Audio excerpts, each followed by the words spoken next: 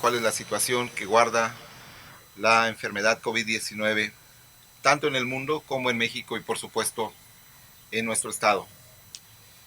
Respecto a la situación en México, el día de ayer se confirmaron 511 casos nuevos de COVID-19 en la República Mexicana, con lo que se acumulan 8.772 casos de la enfermedad, que se distribuyen en todos los estados de la República Mexicana. De esos 8.772 casos, el 63% son casos moderados que se mantienen con cuidados en casa, pero 37% son pacientes que ameritaron hospitalización. De esos, 409, que es el 13%, ingresaron a cuidados intensivos, es decir, estaban en condiciones graves, y 399, que es el 12%, requirió ventilación mecánica invasiva. La edad promedio de los casos en México es de 46 años y 58% de esos ha sucedido en varones, mientras 42% en las mujeres. También el día de ayer se confirmaron 26 defunciones, acumulando 712 en el país para una letalidad de 8.1, que es superior a la que se observa en el promedio mundial. Todos los estados del país registran muertes y los principales, los que tienen mayor carga de mortalidad, son en este orden los siguientes: Ciudad de México, Estado de México, Baja California, Puebla y Sinaloa. Un dato importante respecto a la mortalidad, porque nos habla del riesgo que tenemos como grupos poblacionales, es la edad. De las 712 defunciones, 4 de ellas ocurrieron en personas menores de 25 años, en donde la letalidad es menor a 1%. Sin embargo, en personas entre 25 y 59 años de edad, ocurrieron 372 muertes y la letalidad es de 6%. Pero el grupo que tiene más riesgo, por supuesto, son las personas de la tercera edad. En sujetos que tienen más de 60 años ocurrieron 336 defunciones y la letalidad en este grupo es de 19%. Como es de conocimiento, no solamente la edad es un factor de riesgo, sino las enfermedades crónicas. 43% de los sujetos que han fallecido en el país tienen hipertensión arterial, 38% diabetes y 31% obesidad. La mayoría de ellos presentan 2 o más comorbilidades. También, como es de conocimiento de la comunidad, la Federación ha anunciado que ha comenzado formalmente la fase 3 de la epidemia en el país, lo que significa que la transmisión comunitaria es sostenida y habrá brotes de magnitud considerable con nuevas infecciones en diversas partes del país. A la fecha, la Organización Mundial de la Salud a nivel mundial ha confirmado la presencia de 2.314.621 casos de COVID-19.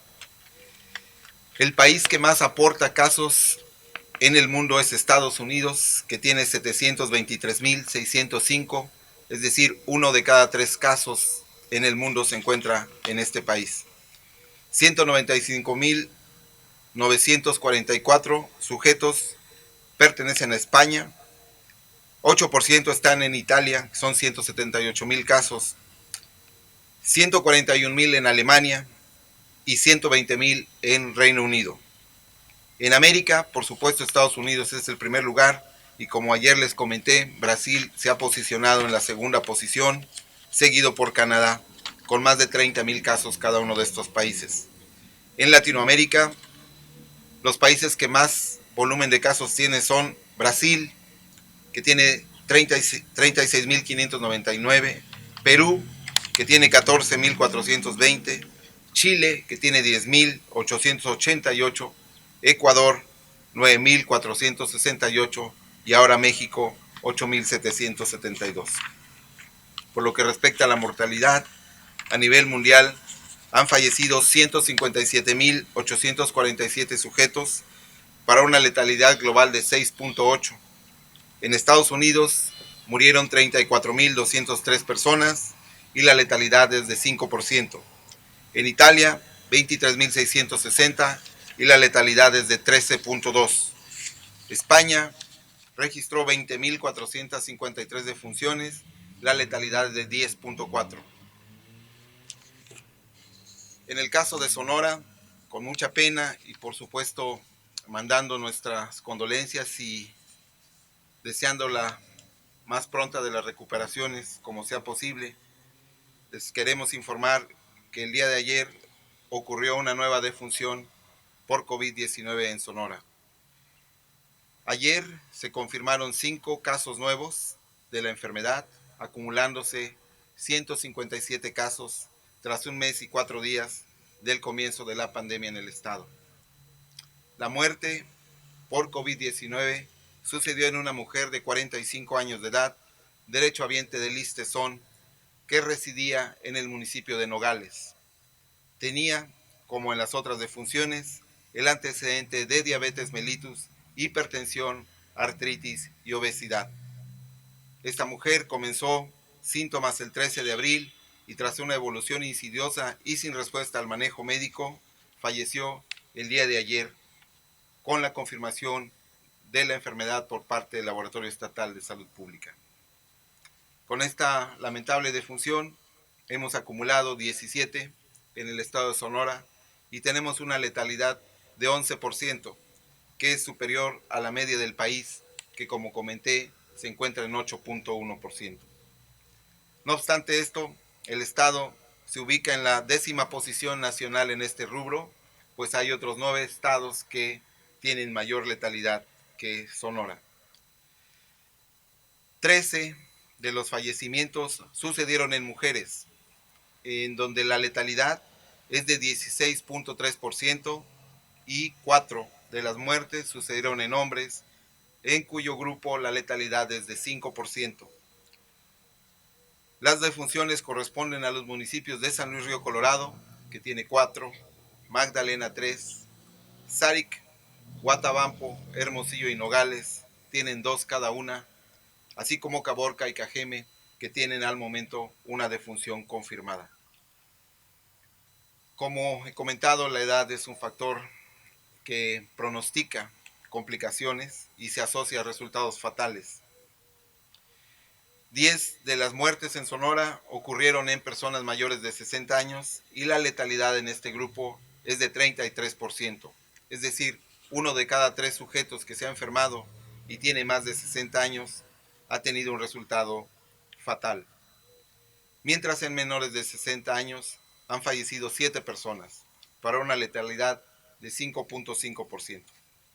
Todos los sujetos que penosamente fallecieron en Sonora por COVID-19 padecían al menos una enfermedad crónica, como diabetes, hipertensión arterial, obesidad, insuficiencia renal crónica o asma. Y es importante remarcarlo e insistir, esto hace una diferencia negativa en el riesgo de complicaciones fatales. Por otro lado, respecto a los casos no fatales que se registraron el día de ayer, sucedieron en 4 hombres residentes de los municipios de Nogales, General Plutarco Elías Calles y San Luis Río Colorado. Ninguno de los pacientes tiene antecedentes de viaje fuera del estado, lo que por supuesto es evidencia de que la transmisión ya es local.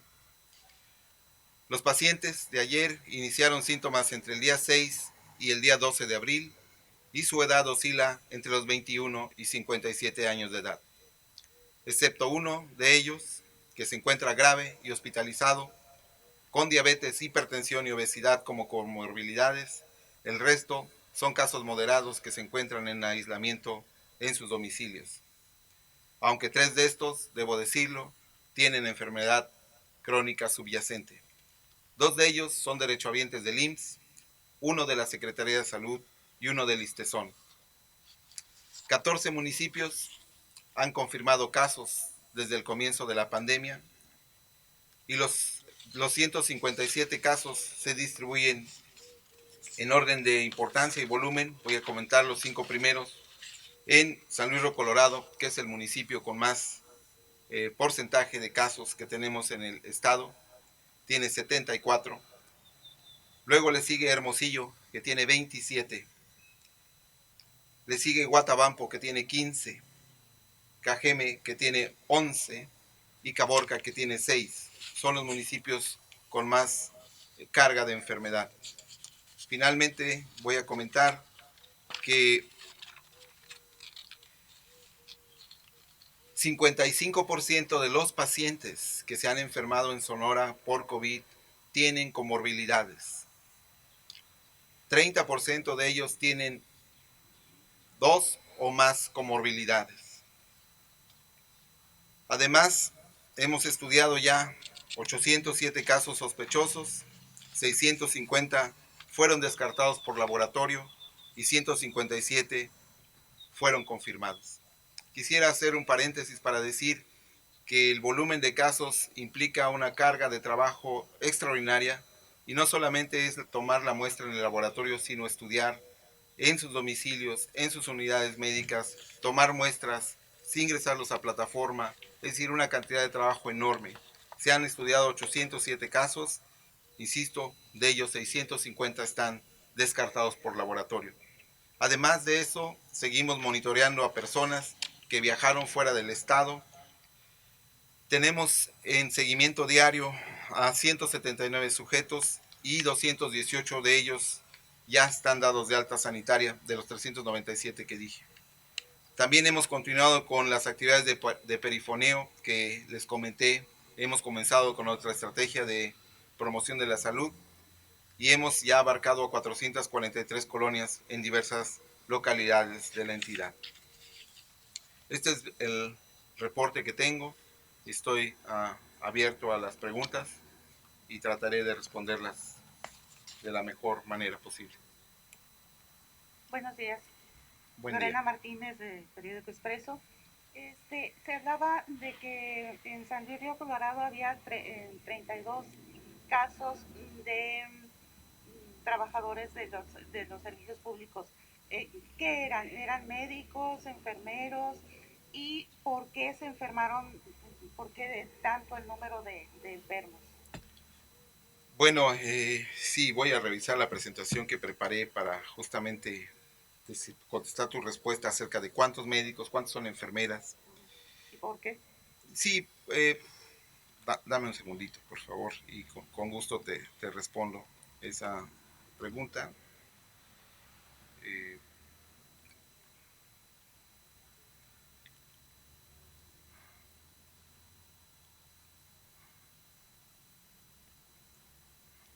pero voy en ese momento digo, para ser preciso, estoy revisando esto. Eh, ¿Por qué? ¿Por qué se infectan? Miren, hay varios factores y esto no es exclusivo de San Luis Río Colorado. De hecho, el primer reporte que se hizo acerca de personal de salud infectado en el mundo ocurrió en China, en Wuhan. De los primeros 48 trabajadores de salud que se infectaron, entre médicos, enfermeras, radiólogos, en fin, todo el equipo, 47 de ellos fueron infectados por un solo paciente. Fíjense, un paciente fue el que dispersó al hospital, uno de los hospitales de Wuhan. ¿Por qué razón? Hay dos explicaciones. Una, que no hay conocimiento o no hay apego a los protocolos de seguridad, ¿no? Por parte del personal de salud.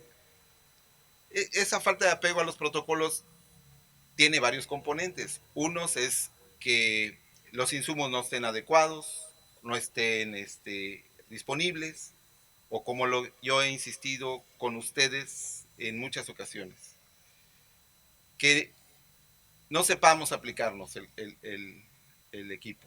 O sea que, como suele pasar con el uso de mascarillas que traemos, o sea, no es adecuado si no me las sé poner y no me las sé quitar. Y lo que provoco es que yo puedo ver ahorita, aquí a esta distancia, y yo les puedo señalar cuántos tienen errores en la forma en que está colocada la mascarilla. Bueno, eso mismo va a pasar, eso pasa en los hospitales también. O sea, nada más que el riesgo ahí, por supuesto, se entiende que es mayor, puesto que están con pacientes que están infectados. Eso por un lado. Una adherencia limitada a los protocolos de seguridad. Eso es un factor. El otro es que, como hemos pedido, si un paciente va a acudir con síntomas respiratorios a una unidad de salud, nos ayudaría mucho que hablara por teléfono a esa unidad de salud y dijera, yo tengo calentura, tengo tos y tengo dolor de cabeza. ¿Para qué? Para que el personal de salud de urgencias de la consulta externa, ¿qué hiciera? Tomara una conducta preventiva de una forma más racional. De hecho, se ha pedido a las personas que tengan síntomas respiratorios y requieran ir a un hospital que inmediatamente se cubran, se pongan un cubrebocas. Dice, y si vas en un taxi, bajes los vidrios del vehículo con tu cubrebocas y previamente hayas avisado. De esta manera, la conducta preventiva se organiza de forma más adecuada. Entonces, cuando el paciente no puede avisar, evidentemente entonces se incrementa la probabilidad de que el manejo del personal de salud eh, no sea el adecuado. Ahora, otra cosa bien importante, a veces, eh, especialmente los pacientes que van por otro tema, diabetes, que es el más común. Eso genera una posibilidad de que, aunque no sea el motivo principal de consulta, el personal de salud no tome conductas preventivas. Hemos recomendado que en estos tiempos de pandemia, y más en esta fase 3, tanto médicos como pacientes deben tomar estas conductas preventivas. 1,5 metros de distancia entre la consulta. Y en el momento de la exploración física es obligatorio el uso de cubrebocas, guantes y gogles en las salas de consulta externa y urgencias. Allí comienza el primer filtro. En este caso creo que esto es lo que puede explicar. De hecho, efectivamente, si nosotros quitáramos los 32 casos de San Luis Río Colorado que se infectaron entre el personal de salud, ustedes podrían observar que el comportamiento del brote epidémico en San Luis sería semejante al de otras ciudades del estado. ¿Sí? Es decir, esto es un brote de fuente común que ocurrió en el hospital de San Luis Río Colorado. Déjenme. Pero, Pues, por ejemplo, sí, eso, ok, adelante mientras sigo buscando sí, esto. eso puede ocurrir en cualquier hospital del estado. ¿Por qué en ese hospital ocurrió? Sí puede ocurrir en cualquier hospital del estado, por Y no ha supuesto. ocurrido, pues. Bueno, porque, insisto, el apego a los protocolos es lo que explica diferencias.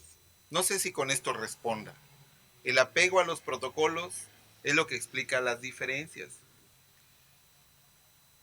Si no, en la medida en que no me apega, no me adhiera a los protocolos, evidentemente el personal de salud está en más riesgo. Miren, no hay ninguna característica adicional diferente a esta. No es que haya, sí se conoce que hay pacientes que se llaman superdiseminadores.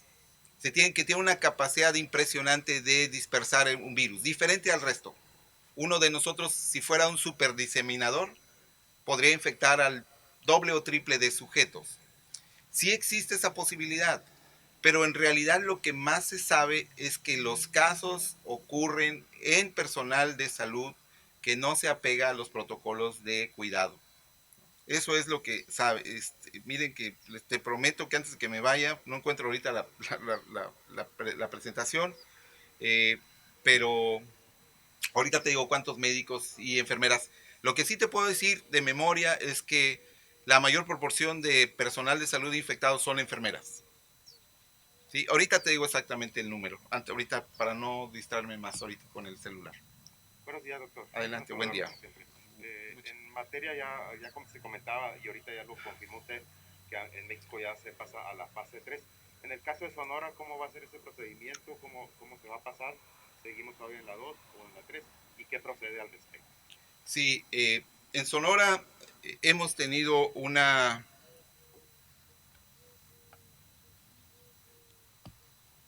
una diferencia en el comportamiento de la epidemia. Y yo sí voy a señalarlo y me hago responsable de mis palabras. El comportamiento es inferior al que ha tenido el país. Y hay una razón, y es primero, si recuerdan, la gobernadora, antes que cualquier estado del país, hizo la declaratoria de emergencia. Y desde el 17 de marzo se iniciaron la suspensión de clases. Se empezó a restringir la movilidad poblacional. Esto ha tenido un efecto positivo en la velocidad de transmisión del virus, de tal manera que la epidemia no ha sido tan acelerada como se esperaría. Técnicamente, solamente el municipio de San Luis Río Colorado está en fase 3. Técnicamente. Técnicamente. Yo quisiera que fueran muy precisos cuando escribieran. Por favor, solamente técnicamente está la fase 3. No implica que el resto del estado no va a entrar.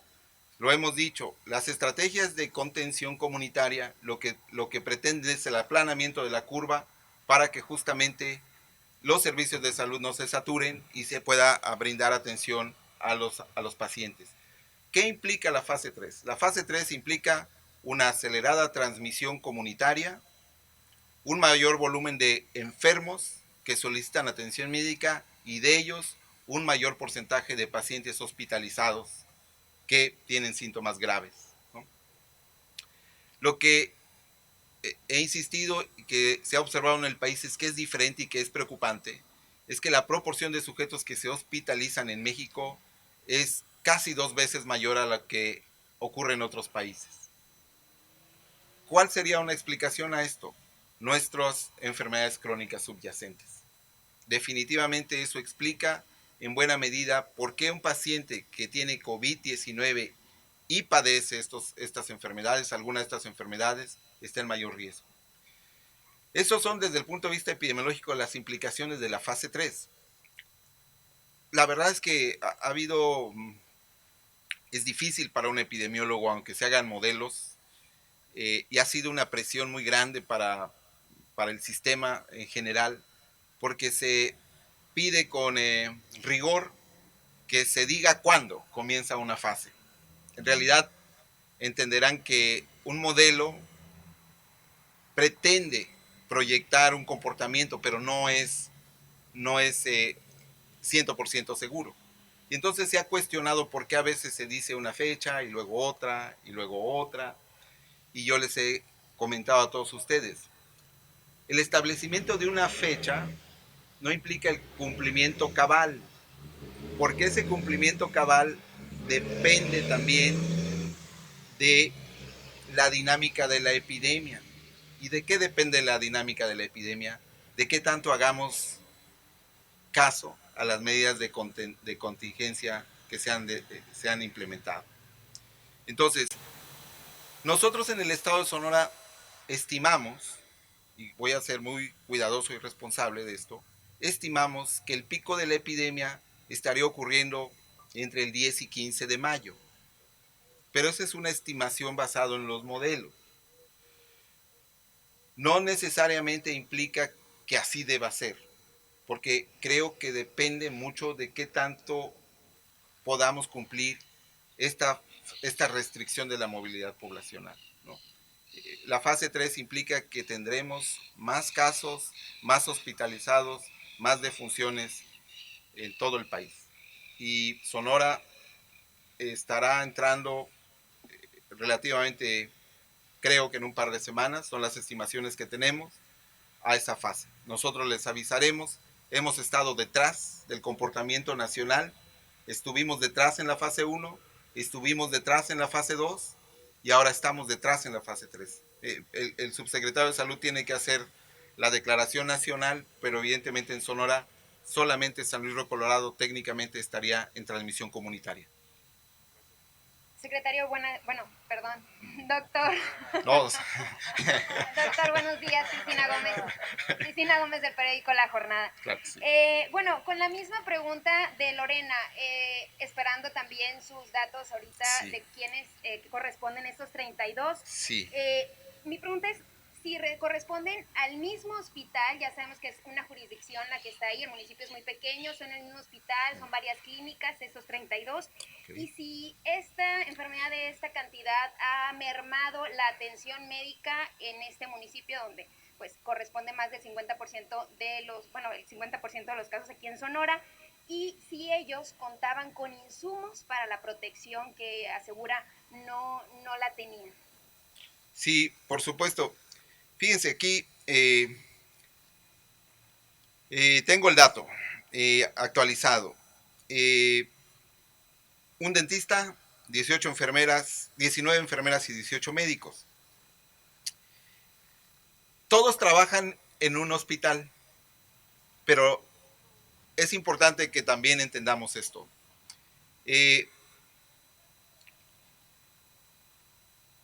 Trabajan en más de un hospital.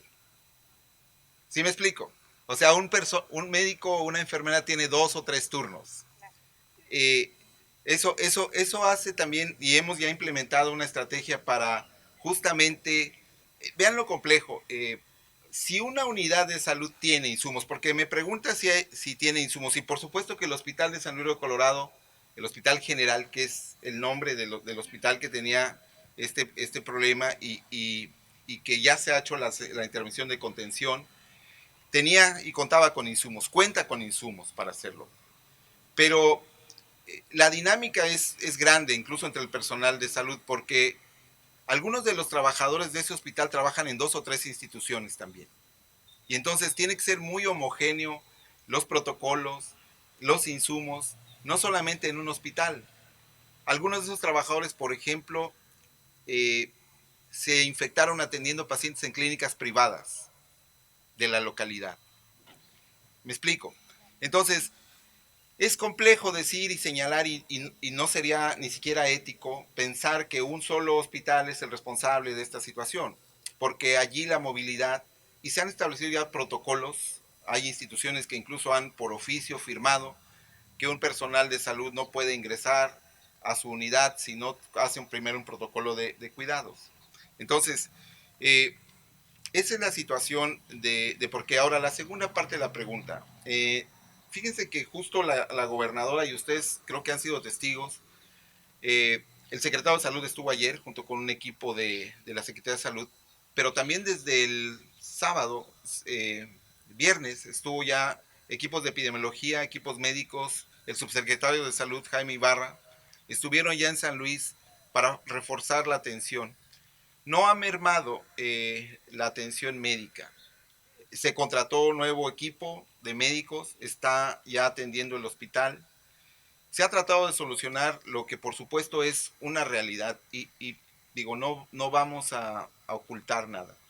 Justo el problema de COVID-19 es que una de las características que debilita el sistema de salud, una vez que el personal médico se empieza a incapacitar, porque se tiene que aislar. En ese momento se debilita considerablemente los equipos de salud. ¿Qué se ha pensado y qué es lo que se está tratando de hacer para ganar tiempo? Es que haya equipos de respuesta de forma alterna, que un equipo de respuesta atienda una semana y sea sustituido por el siguiente equipo de respuesta y así sucesivamente hasta 3 o 4 dependiendo de la capacidad que haya en cada hospital.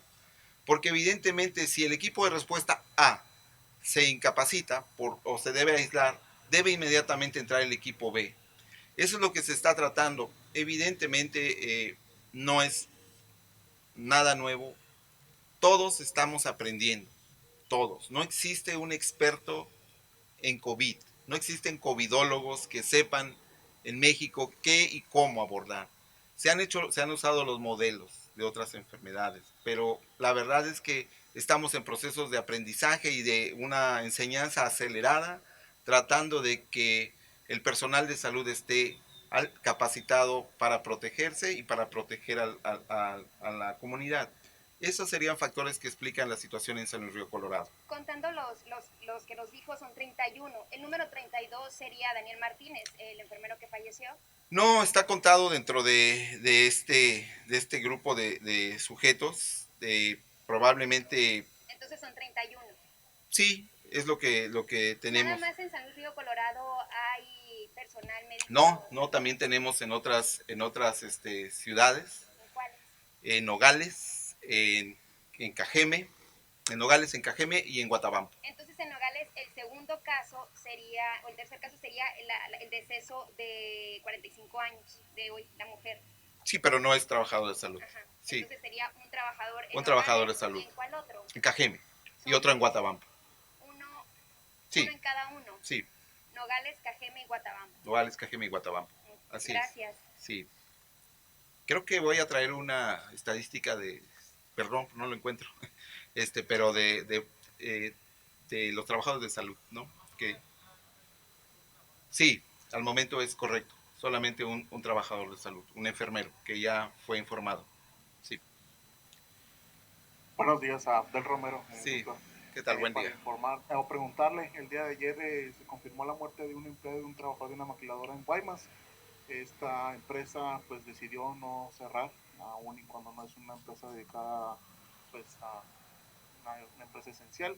Preguntarle si ya se confirmó o si están exámenes de esta persona que falleció por COVID, y preguntarle si usted está facultado o no sé, preguntarle si qué pasa con este tipo de empresas o maquiladoras que no han todavía acatado las órdenes de parte de la Secretaría de Salud, si están facultados para sancionarlas, cerrarlas o en su caso pues alguna sanción. El caso de Guaymas, fíjate que no sé y no quiero entrar en esta situación de los rumores. El día de ayer, ya muy tarde y hoy en la mañana, he seguido recibiendo mensajes de una defunción en una masculino de 31 años, o algo así de edad, que incluso su familiar subió el video, sumamente consternada, por supuesto, por esta defunción.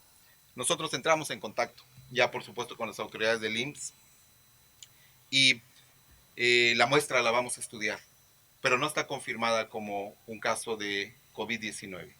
Pero ya justo antes de llegar fíjense que ayer estuvo el doctor Pérez y no le preguntaron nada, pero justamente entré en contacto con él y ya nos pusimos de acuerdo en esta colaboración que tenemos con el Seguro Social, y la muestra nos las va a enviar ya. Probablemente hoy tengamos la muestra aquí y podamos dar la confirmación. Es una pena, por supuesto, la defunción por la causa que fuere, ¿no? Por la causa que fuere. La segunda parte de tu pregunta de si estoy facultado, no estoy facultado yo.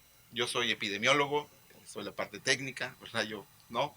Pero sí es claro, por supuesto, que en la declaratoria de contingencia epidemiológica y sanitaria del Estado de Sonora sí se prevén el cumplimiento, y la fase obligatoria de esta contingencia incluye recomendaciones que el Consejo Estatal de Salud dio para endurecer, si me permiten la palabra, las restricciones a empresas no esenciales que no acataran las disposiciones. Pero las áreas que están facultadas para hacer no son de la Secretaría de Salud.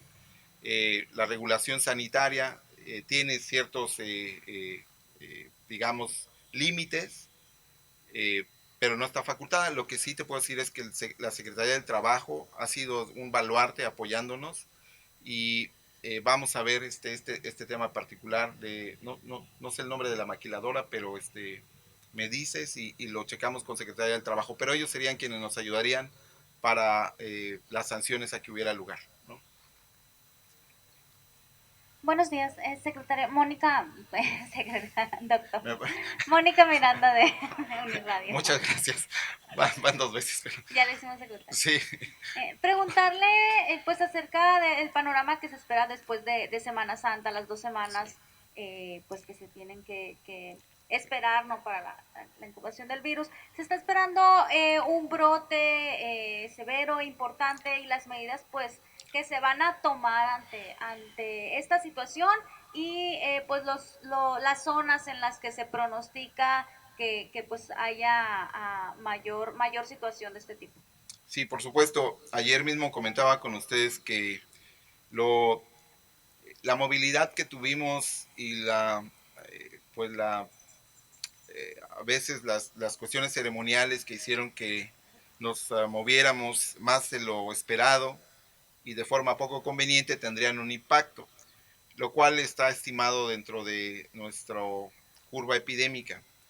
Pensaría yo de forma racional que los municipios en donde tendríamos una, un acelerado incremento de casos sería, por supuesto, Hermosillo, en Guaymas, en Empalme, en Cajeme y en Navojoa.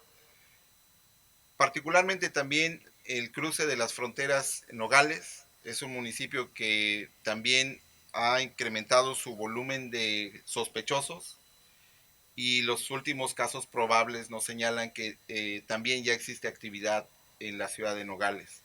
Esas serían las localidades donde pensaríamos que hay mayor probabilidad de brotes epidémicos. Ya no es demasiado tarde, eso es el ascenso lo esperaríamos en una semana a lo sumo. ¿Qué hacer? Lo que tenemos que hacer es lo que hemos hecho. Yo sé que es, insisto, cansado, eh, que parece que no tenemos otras estrategias, pero es importante. Ayer la Organización Mundial de la Salud hizo una declaración bastante dura, pero bastante apegada a hechos. Los días más duros de la epidemia están por venir, ¿no? Dijo, los días más mortíferos están por venir. Entonces, este mensaje no es para angustiar, no es para poner zozobra en las personas, porque finalmente creo que somos seres racionales y somos seres conscientes, apuesto a eso. Es para alertar, ¿no? Es para decirnos, cuídate, cuídate, porque la parte más alta de la curva epidémica en el mundo está por llegar. Y ha preocupado mucho, como a nosotros, que llegue a las poblaciones vulnerables. Y por poblaciones vulnerables nos referimos a las poblaciones que menos recursos y capacidades tienen para aislarse, para tener alimento, para cuidarse su salud. Esa es la preocupación más importante. ¿Qué hacemos? Te comento que tenemos identificados en cada municipio las principales ciudades y de los municipios, de los 10 municipios en los que esperamos más carga. Tenemos identificados las áreas donde probablemente tendremos mayores complicaciones por el volumen de casos graves. ¿Y en qué está basado esto? En la población, el número de habitantes que tienen más de 60 años. Y el otro mapa, los otros mapas que tenemos, es donde tendríamos brotes explosivos. ¿Y en qué está basado este supuesto? En que hay más hacinamiento. Hay colonias más cerca una de otros, casas más pequeñas, y entonces las tenemos identificadas para las 10 ciudades, y aparte el poblado Miguel Alemán también como un área que consideramos crítica, con más probabilidades de brotes explosivos. En las ciudades grandes, las colonias más viejas, quiero decir las de más años, las que se formaron primero, no voy a decir el nombre de las colonias en Hermosillo porque ustedes las conocen, pero esas primeras colonias tienen proporcionalmente mayor volumen de personas de la tercera edad. ¿Qué significa esto? Que si se enferman, esas personas tienen más probabilidad de tener cuadros severos, ¿sí? Y complicaciones. Esos son los dos supuestos basados en los cuales construimos mapas de riesgo. Y tenemos identificadas las colonias en donde sucedería estos problemas. Una vez que hemos identificado eso, pues entonces, ¿qué hacemos? Que el centro COVID, por ejemplo, que está, y hago una invitación en el caso particular de Hermosillo, el centro COVID es un centro de atención primaria. Está en el centro de salud Dr. Domingo Olivares. No sé si ya lo visitaron. Bueno, la idea es que si un paciente ambulatorio siente o tiene un problema respiratorio y es necesario que vaya al médico, puede acudir al centro COVID. En el centro COVID está el protocolo establecido para que se le estudie cabalmente. Entonces, esos centros COVID, la idea es que ayuden a que la comunidad tenga diagnóstico. Entonces, ayúdenos con eso para que, especialmente si son de esas colonias, los centros COVID saben esas colonias. Y entonces, si viene un paciente de esas colonias, van a tener más atención respecto a los cuidados de vigilancia epidemiológica y atención clínica. Entonces, doctor Leonor Hernández del Imparcial, sí. Quisiera que nos aclarara, ahorita en este momento pues se han hecho bastantes pruebas, no hace poco comentó que todavía no llegaban más reactivos de la federación, saber si ya solicitaron esos reactivos, cuántos les quedan y cuántos van a solicitar a la federación. Y también quisiera que me aclarara ahorita con respecto a la pregunta de los enfermeros y médicos que están infectados por COVID-19.